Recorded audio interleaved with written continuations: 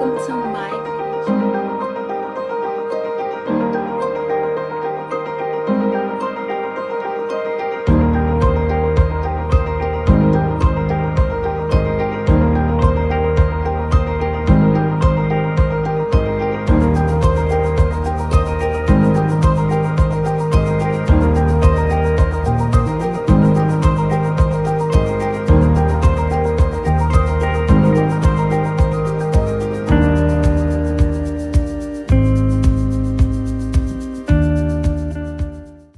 Ooh, let's make some baked macaroni and cheese.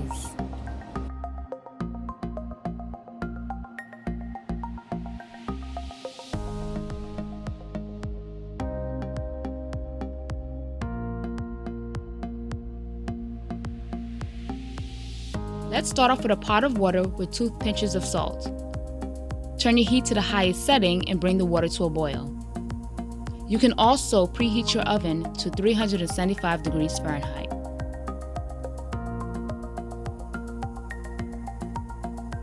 Next, add your macaroni. Now for my baked mac and cheese, I'll be using a half box of macaroni. Give it a nice stir so that the pasta will not clump together.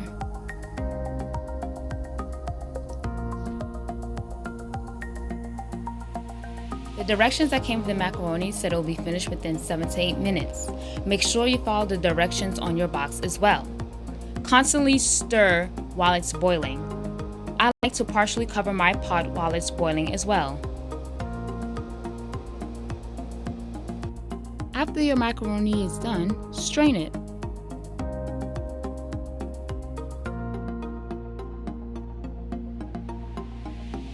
Mix in about a half stick of salted sweet cream butter, then set it aside.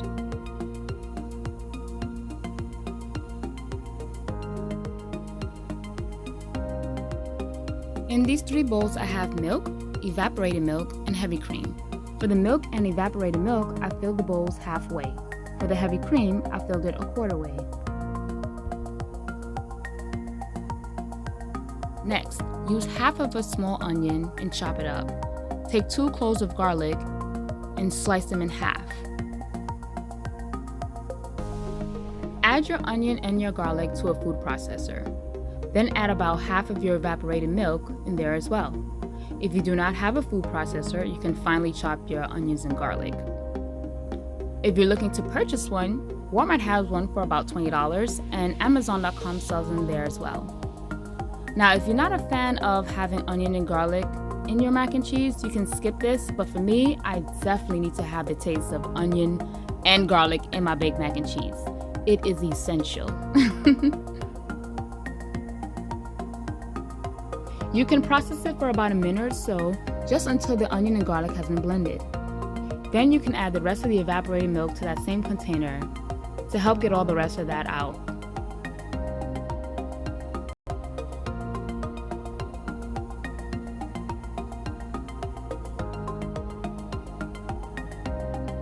Next, you can add your milk, heavy cream, and to be honest, I added some more heavy cream, so all in all, you need about a half bowl of heavy cream. For this size baked mac, we're adding 2 eggs. So now I'm adding 1 now. I'm gonna blend it in with my hand blender, and then I'm gonna add another egg after that.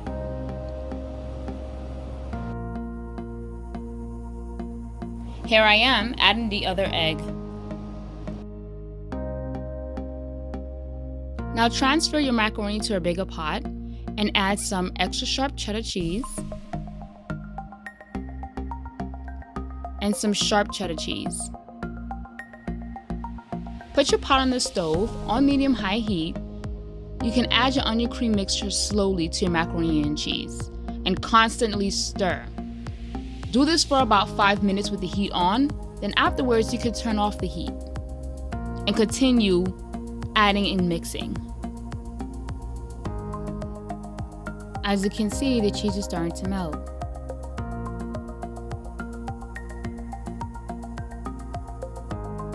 So now we're going to start to season our macaroni and cheese just a little bit more.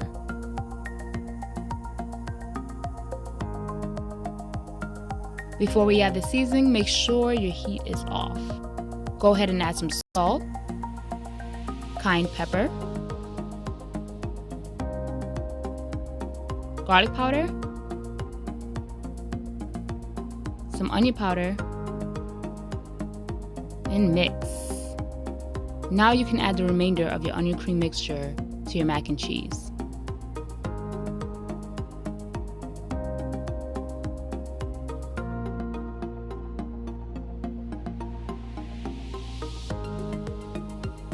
So I tried a little of my macaroni and cheese and realized I needed more salt.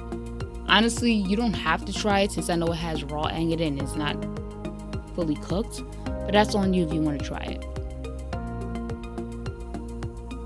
Grab a baking dish and spray it with oil. Add half of your macaroni and cheese to the dish and spread it out evenly. Grab some extra sharp cheddar and sprinkle that on top.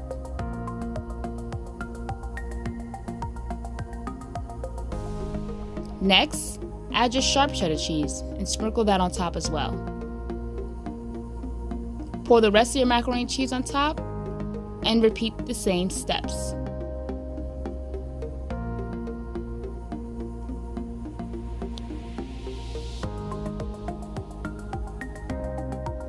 All in all, I used 8 ounces of sharp cheddar cheese and about a pound of extra sharp cheddar cheese.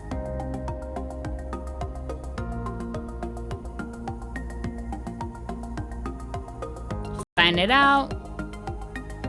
Make sure everywhere it gets. And you're good to go.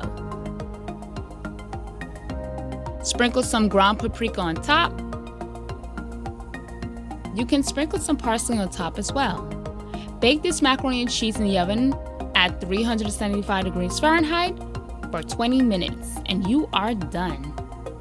Look at that beautiful brown layer of cheese on top. Peep all this cheesy goodness. Gotta love baked mac and cheese. Thank you for watching. Make sure you subscribe, comment, like, and share.